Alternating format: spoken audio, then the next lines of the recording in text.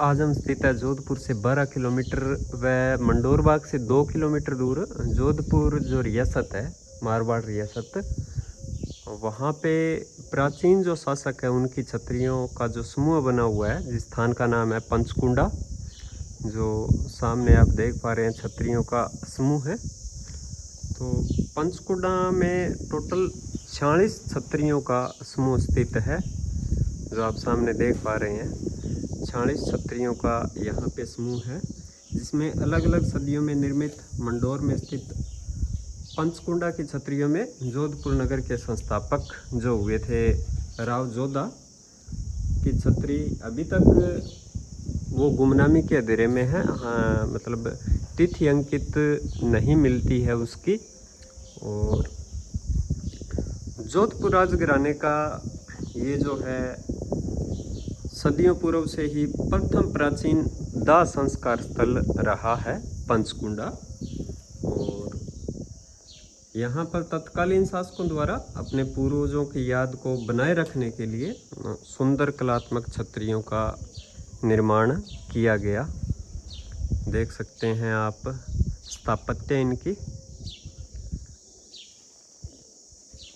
तो आज अपने विस्तृत चर्चा करेंगे पंचकुंडा की छत्रियाँ, जो कि मारवाड़ रियासत के जो प्राचीन दाह संस्कार स्थल या जो प्रारंभिक के जो शासक थे उनका यहाँ पर दाह संस्कार हुआ था। और बात करेंगे कि इसकी ऐतिहासिक महत्ता और चर्चा करेंगे इसके स्थापत्य के पहलू पर भी। तो ये है पंचकुंडा। चारों साइड का एक बार आपको व्यू दिखा देता हूँ मैं। यहाँ पे कई बॉलीवुड फिल्मों की शूटिंग भी हुई है, जैसे गुलामी मूवी जो धर्मेंद्र और मिथुन चक्रवर्ती की है, उसमें ये गाना यहाँ पर फिल्माया गया था। ये जो 26 छत्रियाँ हैं जो दृष्टिगोचर हो रही है, ये पास में ही एक स्थान पड़ता है घाटू, और ये घाटू के पत्थरों से निर्मित है। और लगभग सभी की स्थापत्य एक जैसी प्रतीत होती है। यहाँ पे इनकी देख सकते हैं, सभी का स्थापत्य एक जैसा प्रतीत हो रहा है। और कई छतरियों के नीचे तल भंवरे भी बने हुए हैं, मतलब बेसमेंट आपको यहाँ पे दिखाई देंगे कई छतरियों में। तो ये तल भंवरे भी कई छतरियों में यहाँ पे आपको बने हुए दिखाई देंगे।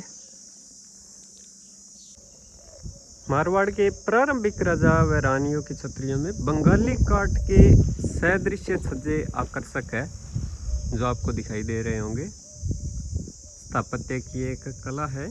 और मारवाड़ की छतरियों का निर्माण वास्तुकला की सुंदरतम कृति है। और ऐसी मान्यता है कि मृत व्यक्ति की आत्मा को ये छतरियाँ देवल स्वर्ग में ले जाने के वाहन होते हैं।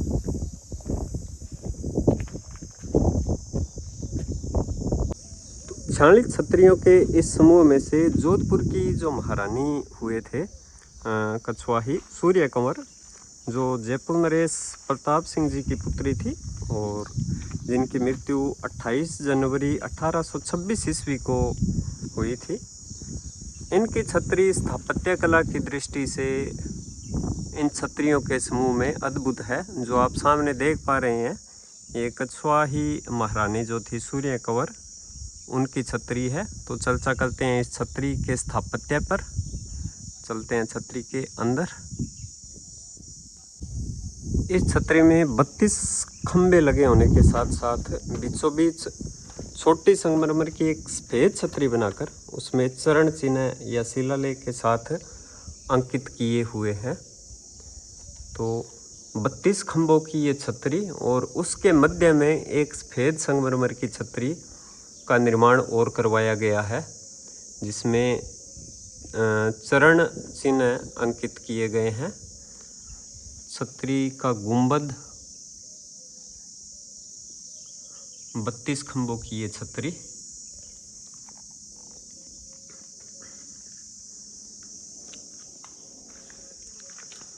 पास में स्थित छतरियों का एक दूसरा समूह है।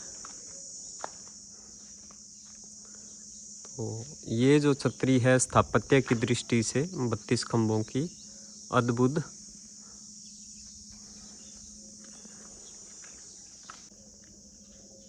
यहाँ स्थित 40 छतरियाँ पुरातात्विक एवं स्थापत्य की कला की दृष्टि से महत्वपूर्ण है। और पंचकुंडा की जो छतरियाँ हैं, ये सभी छतरियाँ मंडोर के निकट ही स्थान है घोड़ा घाटी, वहाँ की खानों से लाए गए लाल पत्थरों से ये छतरियाँ निर्मित है।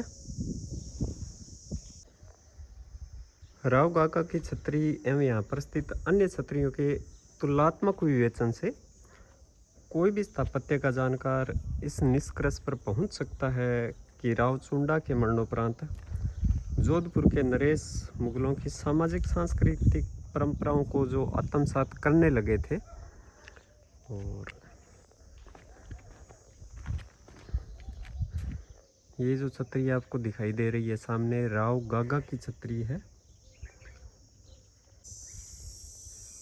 राव गागा का स्मारक ऐतिहासिक व स्थापत्य की दृष्टि से काफ़ी महत्वपूर्ण है और इसकी रचना मंदिर कृति के सदृश है। देख सकते हैं आप, बाकी छतरियों की तुलना में अगर इसके स्थापत्य की बात करें तो ये मंदिरकृत बना हुआ है।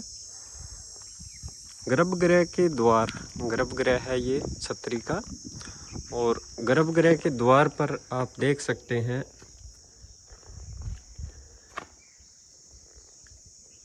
गंगा यमुना को वाहन के साथ उत्कीर्ण किया गया है। गंगा यमुना को यहाँ पर वाहनों के साथ उत्कीर्ण किया गया है।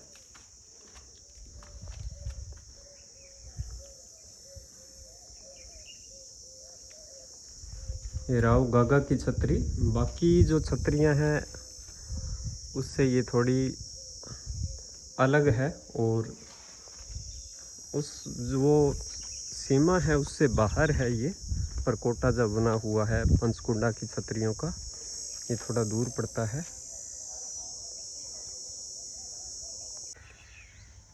राव गागा की छतरी के वेदीवंत पर विभिन्न मुद्राओं में गज का प्रदर्शन किया गया है, जो आप देख पा रहे हैं। राव गागा की छतरी है और इसके वेदीवंत जो चारों तरफ है उसमें गज हाथी की विभिन्न मुद्राओं का अंकन किया गया है। दृष्टिगोचर हो रहा होगा आपको राव गागा की छतरी।